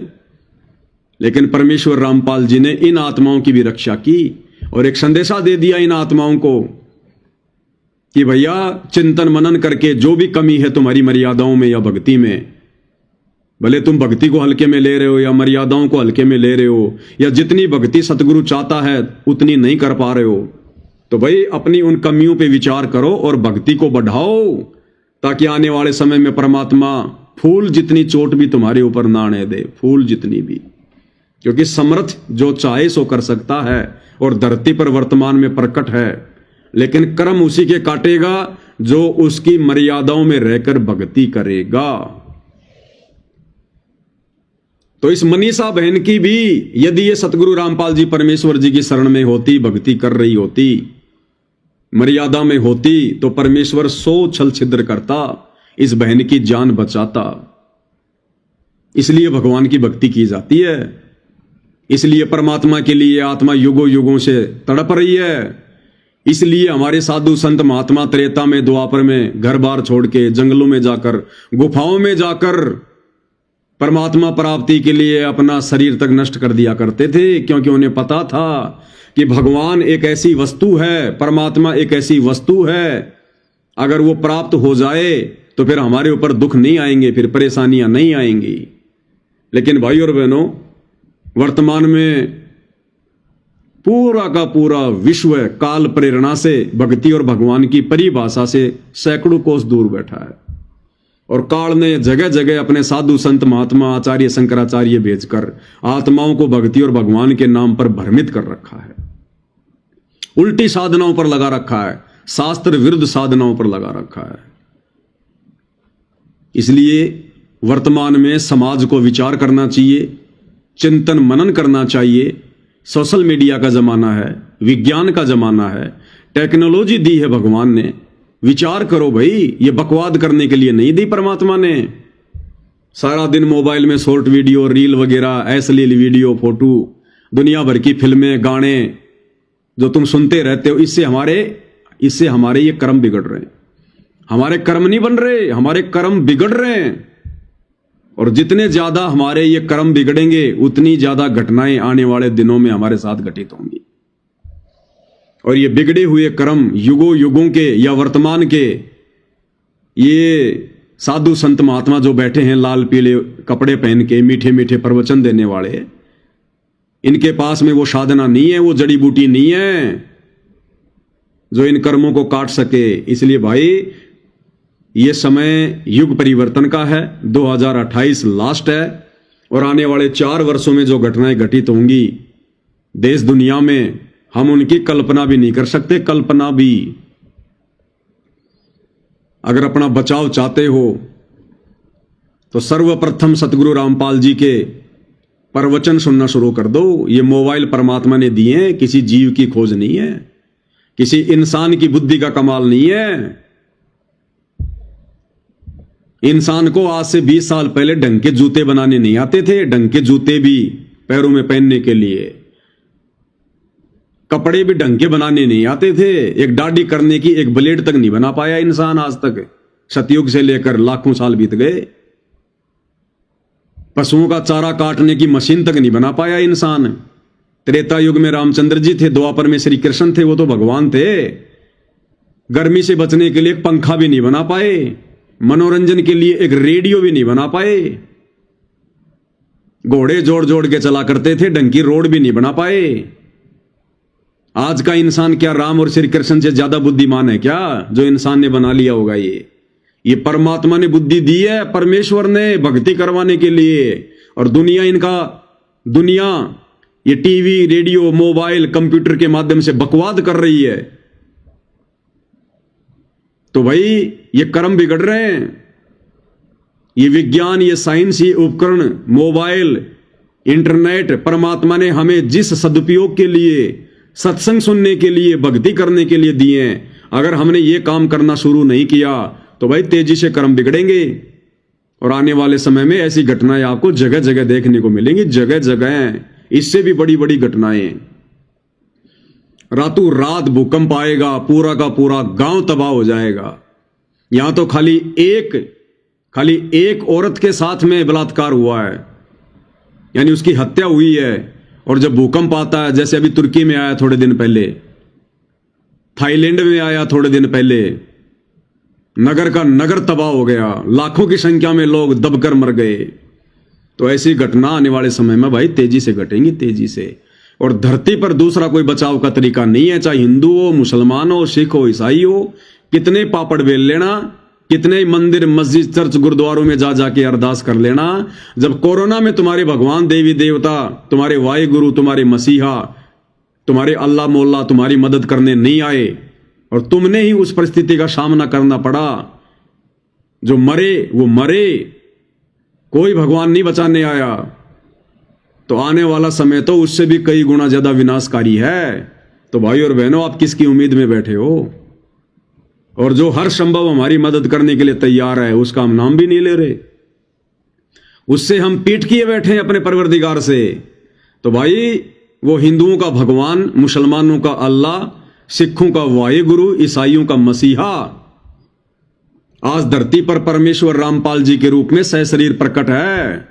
इंसानों को समझाने के लिए भगवान सिर पर सींग लगा के नहीं आएगा, इंसानी बन के आएगा और गुरु रूप में आता है परमात्मा। गुरु यानी ज्ञान देगा, पहले ज्ञान देगा, जानकारी करवाएगा, और उसके बाद फिर हमने उनके शरण में आना पड़ता है।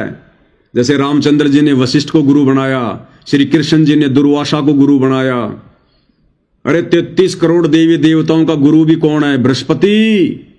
अरे राक्षस भी बिना गुरु की भक्ति नहीं करते, राक्षसों का भी गुरु है शुक्राचार्य। और आप और हम दो चार ये पुस्तकें पढ़ के छोटी मोटी कोई नौकरी लग गया, खुद को ही गुरु समझने लग गया, खुद ही भगवान बन बैठा। 2 टाइम की रोटी टाइम पे मिलने लग गई, खुद ही हम भगवान बन गए, भगवान की जरूरत ही नहीं रही। और जब ऐसी घटनाएं घटित होती हैं, उस समय कहां जाती है तुम्हारी शिक्षा? उस समय कहां जाता है तुम्हारा दिमाग? अरे आपने बहुत पढ़ाई पढ़ ली, आप जो मतलब जज बन के बैठ गए, आप जज की पत्नी है, आप भी जज हैं, और आपने अपने बच्चे को स्कूल के लिए तैयार कर दिया कि पहले बच्चे को तैयार कर दूंगी, साथ में उसका टिफिन बांध दिया और बच्चे को आपने स्कूल में बैठा दिया, आपने स्कूल की बस में बैठा दिया और आप चली गई अपने जज की उस कुर्सी पर बैठने के लिए, लोगों का न्याय करने के लिए। बच्चे को आपने स्कूल भेज दिया। अब रास्ते में यदि उस बस का एक्सीडेंट होना है, आप भले दुनिया का न्याय करते हैं, जज हैं, आप अपने बच्चे का न्याय नहीं कर सकते, आप नहीं बचा सकते उस घटना से अपने बच्चे को।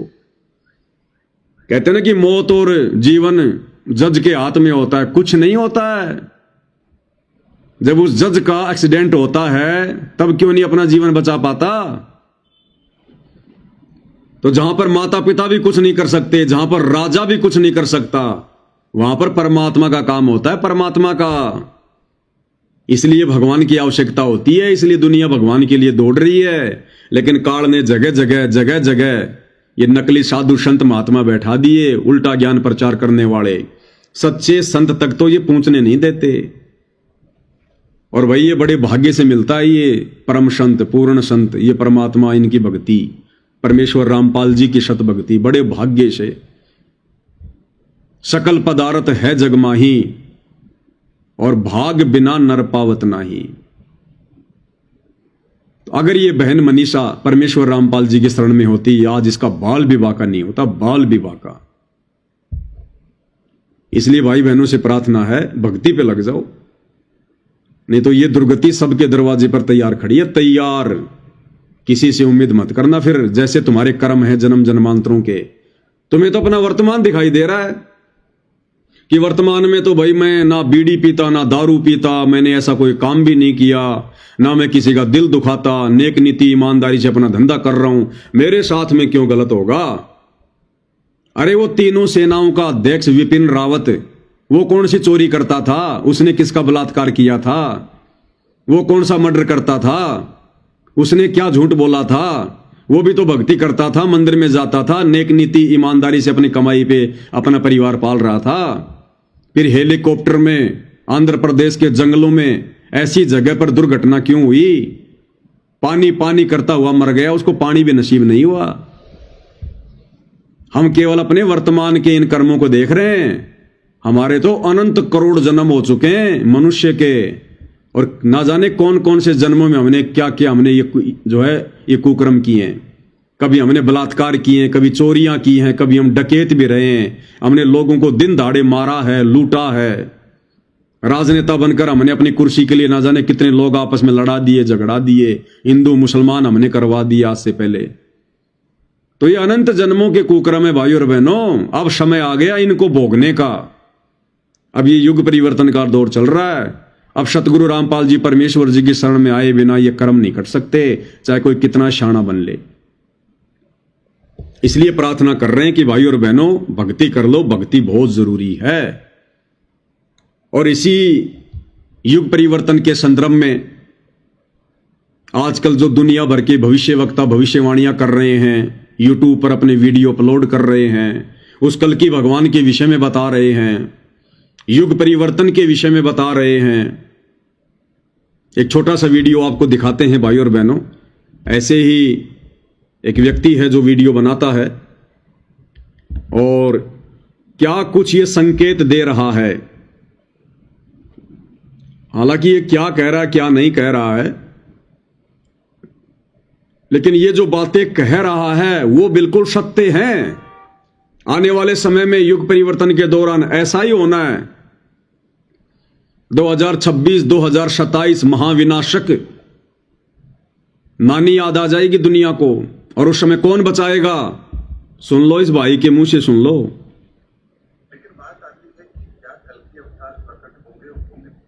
क्योंकि पूरी दुनिया उस कल की भगवान के पीछे भाग रही है ना। कल की भगवान, कल की भगवान, उस कल की भगवान के अलावा दुनिया को कोई बचा नहीं सकता है।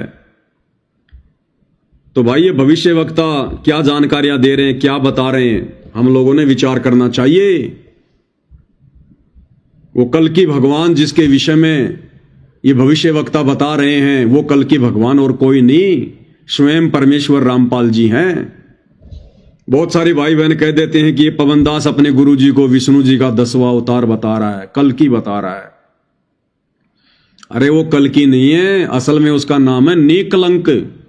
नीकलंक जो राजा हरिश्चंद्र जी की आत्मा होगी, उड़ीसा के शंबल नगरी में आएगा। वो तो बहुत लास्ट में आएगा। कलयुग 4,32,000 वर्ष का है, 4,32,000 वर्ष का। अभी तो खाली 5,500 वर्ष बीते, वो तो 2-3 लाख वर्ष बाद आएगा। अभी वो राजा हरिश्चंद्र की आत्मा पूज्य गुरुदेव जी ने बताई, वो स्वर्ग में बैठा है, अभी तो आनंद ले रहा है। वो तो लाखों साल बाद आएगा निकलंक रूप में, विष्णु का 10वां अवतार बनकर। अभी तो कलयुग ढंग से शुरू भी नहीं हुआ है। तो वर्तमान में जिस कल्कि की चर्चा हो रही है, तो दुनिया वाले पागल हैं क्या जो विष्णु के उस कल्कि अवतार की बातें कर रहे हैं? क्या उनको नहीं पता? लेकिन वर्तमान में जो कल्कि आएगा वो है इस कलयुग का भगवान, वो परम शक्ति, वो है परमेश्वर रामपाल जी, जो आ चुके हैं, प्रकट हो चुके हैं 8 सितंबर 1951 के दिन संकट मोचन बनकर। ये देवी देवता संकट मोचन नहीं है, हनुमान जी संकट मोचन नहीं है। असली संकट मोचन, संकटों का नाश करने वाला, विनाश करने वाला वो कबीर परमात्मा है, जो वर्तमान में सतगुरु रामपाल जी के रूप में धरती पर प्रकट हैं।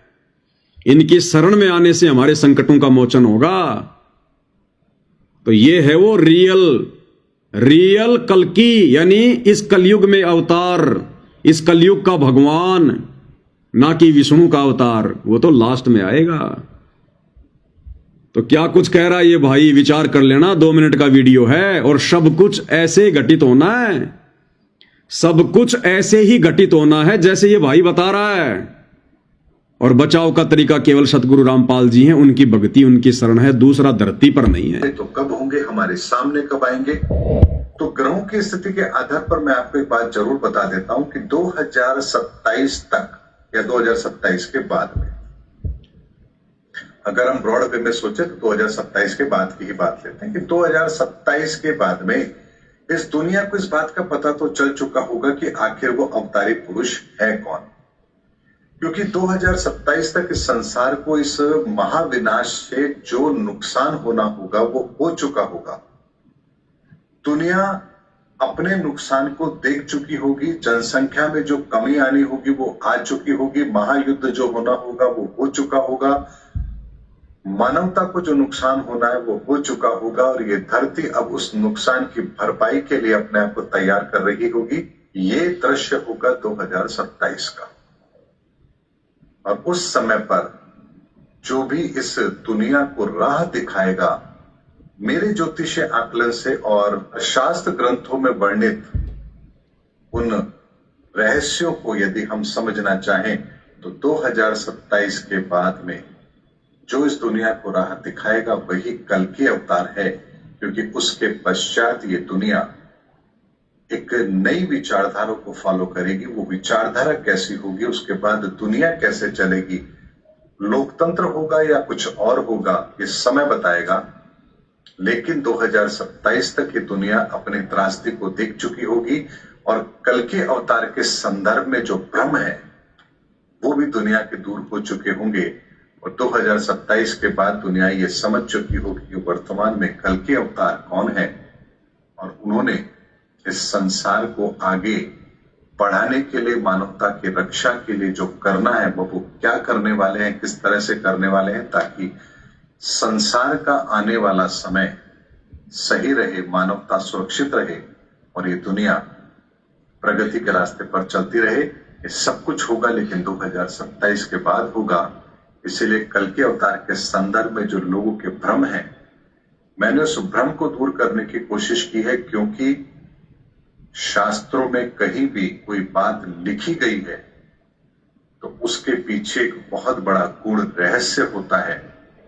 और यदि हम शब्द का अर्थ निकालेंगे तो कई बार अर्थ का अनर्थ होता है, लेकिन शब्द के मर्म को अगर समझेंगे तो उसके सही रहस्य तक हम जरूर पहुंच पाएंगे। तो भाई और बहनों, 2026 और 2027 ये दुनिया के लिए सबसे बड़े विनाशकारी वर्ष हैं। जो भी कुछ होना होगा वो इन 2 वर्षों में हो लेगा और उसके बाद जो इस दुनिया को एक नई राह दिखाएगा, नया रास्ता दिखाएगा, वही होगा कल की भगवान। और वो रास्ता दिखाने वाला कोई और नहीं होगा। वो रास्ता तो सन 1994 से परमेश्वर रामपाल जी दिखा रहे हैं, लेकिन अभी दुनिया का भाग फूटा पड़ा है, दुनिया की किस्मत फूटी पड़ी है। शकल पदार्थ है जग माही, भाग बिना नर पावत नाई। इसलिए उस परम संत को दुनिया पहचान नहीं रही है।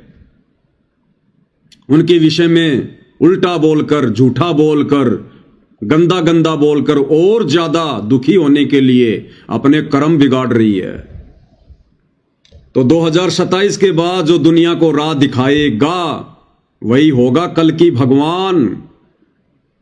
और वो एकमात्र राह दिखाने वाला महापुरुष परमेश्वर रामपाल जी हैं, इसके अलावा कोई नहीं है। और जो समय रहते हैं उनकी शरण में आ जाएंगे, उनके प्रवचन आज से ही सुनना शुरू कर देंगे यूट्यूब पर जेब से मोबाइल निकाल कर। और अगर उनके शरण में आ जाएंगे, उनकी भक्ति पर लग जाएंगे, तो तुम्हारे भाग्य में अगर मृत्यु भी है तो परमेश्वर उसको बादलों की तरह दूर हटा देंगे। तुम्हारे ऊपर फूल जितनी चोट भी नहीं आने देंगे, फूल जितनी चोट भी। ये परमात्मा है, सारी सृष्टि का मालिक है, लेकिन कार्य करेगा भाई और बहनों अपने भक्ति विधान के अनुसार। किसी के रोने धोने से, चिल्लाने से नहीं। ये भावुकता में भावुक नहीं होता। ये भगवान जोश में होश नहीं खोता हम इंसानों की तरह। ये अपने विधान का पक्का है, अपने नियमों का पक्का है। तो 2028 लास्ट युग परिवर्तन का समय ज्ञान गंगा पुस्तक में पूज्य गुरुदेव भगवान ने साफ साफ लिखा हुआ है। नास्त्रदमस की भविष्यवाणी में पढ़ लेना, अगर नहीं पढ़ा तो। अगर भक्तों की भी आंखें बंद हों तो खोल लेना भाई, नास्त्रदमस की भविष्यवाणी में पढ़ लेना। सन 1905 से लेकर 2028 गुरुदेव ने महापरिवर्तन का समय लिखा हुआ है। और आ गया वो समय, अब मुट्ठी भर भी समय नहीं है। मुट्ठी भर यानी मुट्ठी में 5 उंगलियां होती हैं, 5 साल भी नहीं है पूरी। ये 2025 आधी से ज्यादा चली गई है। 26 और 27, 28 में तो फिर परमात्मा का सतयुग का सवेरा होगा, सतयुग का सवेरा। यानी जितनी आत्माएं उस युग परिवर्तन के दौरान सुरक्षित रह पाएंगी, जो बच पाएंगी, उन आत्माओं को फिर परमात्मा शत भक्ति देने के लिए सतयुग में प्रवेश करवाएगा। फिर दोबारा से समाज का नवीनीकरण होगा, दोबारा से समाज का सुधार होगा।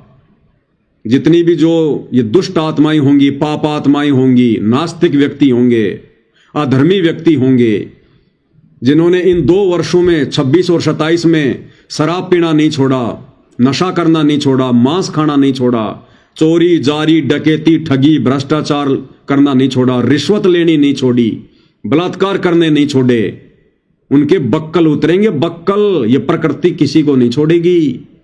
वो ऐसे जाएंगे जैसे गधे के सिर से सींग जाते हैं, क्योंकि 2028 के बाद सतयुग में केवल परमात्मा की विशेष धार्मिक और पुण्यकर्मी और आस्तिक आत्माएं ही प्रवेश करेंगी। इसलिए इन विषय विकारों से, नशे से, मांसाहार से, चोरी, जारी, ठगी, रिश्वतखोरी, मिलावट, काला बाजारी, भ्रष्टाखोरी जितना जल्दी दूर हो जाएं उतना ही हमारा फायदा है। नहीं तो खुद तो डूबेंगे सो डूबेंगे, अपने परिवार को भी लेकर डूबेंगे। परिवार को भी, जिस परिवार को पालने पोषने के लिए आज हम ये चोरी, जारी, ठगी, रिश्वत, भ्रष्टाचार कर रहे हैं। हम युग परिवर्तन के दौर से गुजर रहे हैं। ये सामान्य दौर नहीं है, सामान्य समय नहीं है। सरकारों ने जितनी शक्तियां करनी थी कर रखी हैं, जितने कड़े कड़े नियम सरकार बना सकती थी बना लिए, लेकिन फिर भी ये कुक्रम नहीं रुक रहे। चोरी, जारी, ठगी नहीं रुक रही। आए दिन नए नए ये तरीके चोरी करने के, लोगों को ठगने के, साइबर ठग, ये बलात्कार करने वाले, झूठ बोलने वाले, रिश्वत लेने वाले, मिलावट करने वाले सारे कर्म कर रहे हैं। तो ये सरकारों की बस की बात नहीं रहेगी। सरकारें खुद फेल हो जाएंगी आने वाले 2-3 वर्षों में। सरकारें खुद फेल हो जाएंगी, अपने हाथ खड़े कर लेंगे। ये लोकतंत्र समाप्त हो जाएगा। वापस वही समय आएगा जैसे राजा राज्य किया करता था। ये सारी की सारी शासन की बागडोर, पूरे विश्व की बागडोर परमेश्वर रामपाल जी के हाथों में आएगी। परमेश्वर रामपाल जी के हाथों में। अगर राजनेताओं ने समाज का सुधार करना होता, यदि राजनीति से सुधार होना होता, तो आज ऐसी स्थितियां नहीं होती, समाज इतना नहीं बिगड़ता। हिंदुस्तान से ज्यादा साधु संत महात्मा दुनिया में कहीं नहीं है। अगर इन साधु संत महात्माओं के, इनके प्रवचनों से, इनके द्वारा ये बताई जा रही साधना, ये मंत्रों से अगर लोगों का भला होना होता, समाज ने सुधरना होता, तो सुधर लेता। आज हमारे भारत देश में चेले कम और बाबा ज्यादा है, लेकिन फिर भी कोई असर नहीं। तो अब आगे जो भी कुछ होगा, जो भी कुछ करेंगे, ये कल की भगवान परमेश्वर रामपाल जी करेंगे। इसलिए भाई और बहनों, अपना बचाव चाहते हो, सुधार चाहते हो, सतयुग में प्रवेश करना चाहते हो, तो परमेश्वर रामपाल जी के अति शीघ्र यूट्यूब पर प्रवचन सत्संग सुनना शुरू कर दो। नहीं तो भाई बक्कल उतरेंगे, बक्कल। ये काल और ये दुर्गा, ये किसी को नहीं छोड़ेंगे आने वाले समय में, किसी को नहीं छोड़ेंगे। तो भाई और बहनों, हमारी तो विनती है, केवल प्रार्थना है, केवल समाज को सत संदेशा ही दे सकते हैं।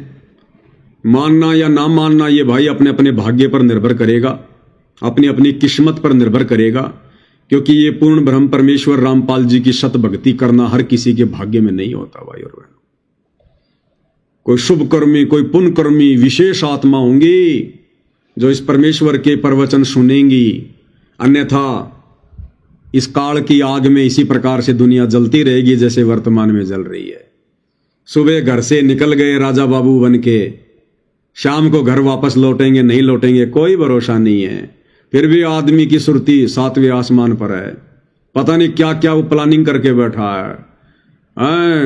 अगले साल ये होगा, वो होगा, इतना मुनाफा होगा, 25 लाख रुपए हो जाएंगे, 10 लाख रुपए बैंक से लोन लूंगा, बड़ा मकान बनाऊंगा, ये बिजनेस शुरू कर दूंगा, हाईवे पे जमीन बहुत महंगी है वो बेचकर एक ढाबा खोलूंगा, होटल खोलूंगा।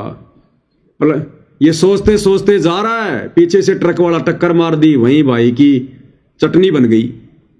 तो किस चीज पे फूल रहा है इंसान? किस चीज की प्लानिंग है? किस चीज का घमंड है? ये मिट्टी का पुतला, आग में ये जल जाए, बीमारी से ये मर जाए, पानी में ये गल जाए, एक्सीडेंट में ये मर जाए, हार्ट अटैक में ये मर जाए, एक सेकंड का भरोसा नहीं है। घर में बैठे बैठे प्लानिंग कर रहे हैं, ये करूंगा वो करूंगा, ऊपर से पंखा टूट के गिर गया, खोपड़ी में पड़ गया, वहीं भाई फेल हो गया। काहे की प्लानिंग कर रहे हैं भाई? अरे अगर प्लानिंग ही करनी है तो अपने आत्म कल्याण की करो, भक्ति की करो। कि आज मैं सतगुरु रामपाल जी के सत्संग सुनना शुरू करूंगा और बहुत जल्दी मैं उनकी भक्ति ग्रहण करूंगा। 2-4 महीने उनके सत्संग सुनूंगा, तुरंत उनकी भक्ति ग्रहण करूंगा, अपना आत्मा का मैं कल्याण करवाऊंगा। इस गंदे लोक से अपना पीछा छुड़वाना है, ना जाने कब यहां मौत आ जाए, ना जाने काल की कर डारे, किस विध डल जा पाशावे, और जिनाते सिरते मौत खुड़क दी उनानु केड़ा आशावे। 1 सेकंड का भरोसा नहीं यहां पर, और 50 साल आगे की हम ठेकेदारी ले रहे हैं बिना ज्ञान के, संतों के अभाव में, शास्त्र अनुकूल साधना के अभाव में, भक्ति के अभाव में। तो भाई ये पूर्ण भक्ति, शास्त्र अनुकूल सत भक्ति लेकर स्वयं परमेश्वर कबीर जी सतलोक से चलकर 8 सितंबर 1951 को परमेश्वर रामपाल जी के रूप में धरती पर प्रकट हैं। अपना आत्म कल्याण चाहते हो तो भाई आज से ही सत्संग सुनना शुरू कर दो, नहीं तो बहुत बुंडी बनेगी, बहुत बुंडी, समझ में नहीं आओगी योग्य हो गया। तो भाई और बहनों, आज के वीडियो में केवल इतना ही।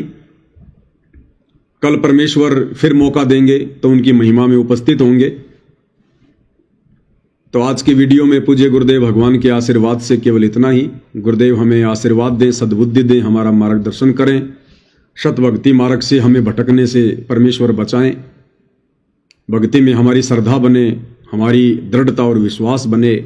गुरुदेव अपना आशीर्वाद पल पल हम सभी सत्सेवक भाई बहनों पर बनाए रखें। एकमात्र हमारी यही उम्मीद, हमारी यही इच्छा उनसे है। बंदी छोड़ सतगुरु रामपाल जी भगवान की जय हो।